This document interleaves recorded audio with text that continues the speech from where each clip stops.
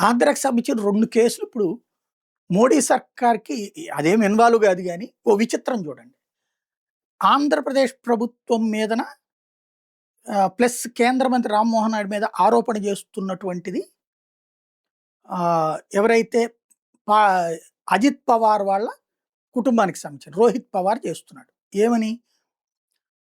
అజిత్ పవార్ వాడినటువంటి హెలికాప్టర్ ఏదైతే పేలిపోయిందో, చనిపోయారో ఆయన, దాంట్లో పెట్రోల్ పెట్టారు. ప్లస్ అది 2 రోజుల్లో ఇంజిన్ టర్మ్ అయిపోతుందనగా దాన్ని వాడారు.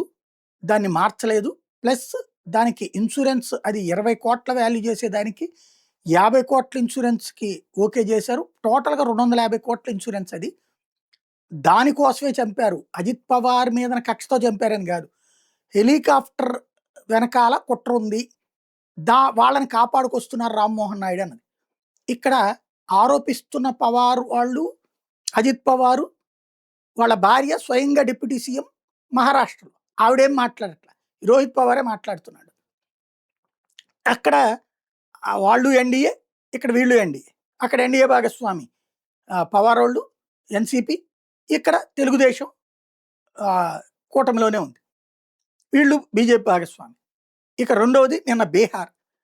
రఘురామ్ కృష్ణరాజు కేసులో అరెస్ట్ చేయడానికి బీహార్ వెళ్ళారు సునీల్ నాయక్ని. అక్కడ కోర్టు తిరస్కరించి అక్కడ పోలీసులంతా సునీల్ నాయక్ అండగా నిలబడ్డారు. మన వాళ్ళు వెనక్కి వచ్చారు. ఇంకో 30 రోజుల్లో మళ్ళీ అట్టైనా అరెస్ట్ చేయడానికి రెడీ అవుతున్నారు. ఈసారి వారెంట్ తీసుకుని వెళ్తారేమో. ఇక్కడ నిన్న ఈ వివాదానికి కారణమైనటువంటిది ఆంధ్రాలో ప్రభుత్వం ఎన్డీఏనే, బీహార్లో ప్రభుత్వం ఎన్డీఏనే. ఈ 2 ఇష్యూల్లో కేంద్రం జోక్యం చేసుకోదు. ప్రభుత్వాల వెనకాల మాత్రం రాజకీయాలు ఉన్నాయి. ఈ వివాదాల వెనక. అది మెయిన్ పాయింట్.